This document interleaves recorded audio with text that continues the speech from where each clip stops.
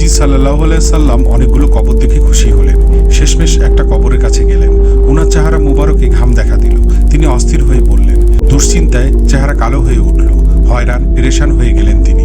একজন সাহাবী ওনার অবস্থা দেখে জিজ্ঞেস করলেন, হে আল্লাহ রসুল, আপনি এত পেরেশান কেন? এই কবরের বাসিন্দার উপর ভয়ানক আযাব হচ্ছে। এই কথা বলে তিনি কবরে হাত মুবারক রেখে দোয়া করলেন, কিন্তু চেহারায় প্রশান্তি এলো না।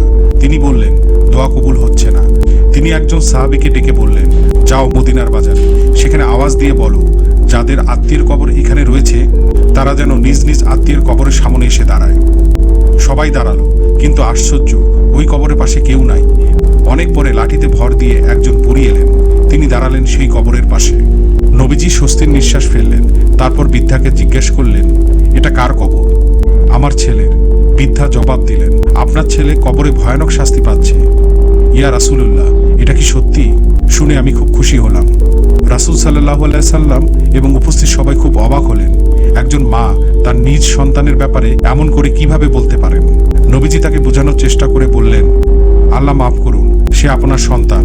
শুনুন তাহলে, হে আল্লাহ রসুল, এই বাচ্চা যখন আমার পেটে, তখন তার বাবা মারা যায়। তার কেউ ছিল না। আমি নিদারুণ কষ্ট করে ধীরে ধীরে তাকে বড় করে তুললাম। সে বিয়ে করে স্ত্রীকে পেয়ে আমাকে অপমান অবহেলা করতে লাগলো। একদিন তার বউ কানে কানে কি যেন বলল। ছেলের আগে অস্থির হয়ে মারতে শুরু করলো আমাকে। ক্ষতবিক্ষত হয়ে গেলাম, আমি জ্ঞান হারালাম। হুঁশ ফিরলে আমি আল্লাহর কাছে 2 হাত তুলে বললাম, হে আল্লাহ, তাকে কবরে শাস্তি দাও, দুনিয়াতে দিও না। আমি এখন এজন্য খুশি যে আমার দোয়া কবুল হয়েছে। নবীজি বৃদ্ধার কথা শুনে চোখের পানি ধরে রাখতে পারলেন না। খানিক পর নিজেকে সামলে নিয়ে বললেন, তুমি তোমার ছেলেকে ক্ষমা করো, সে ভয়াবহ শাস্তি পাচ্ছে। বৃদ্ধা বললেন, হে রাসূলুল্লাহ, অন্য কিছু বলুন, ছেলেকে ক্ষমা করব না আমি।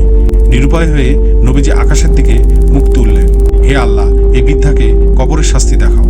এরপরেই ঘটে গেল এক আশ্চর্য ঘটনা। বৃদ্ধার চোখ বিস্ফোরিত হলো। সে প্রাণ ফাটা চিৎকার করে বেহুশ হয়ে গেল।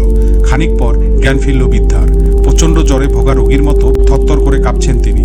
তিনি বললেন, ও খোদা, কবরের আযাব এমন ভীষণ, এমন ভয়ানক, ছেলের পুরো শরীর থেকে চামড়া উঠিয়ে নেওয়া হয়েছে, তাকে মুগুর পেটা করা হচ্ছে।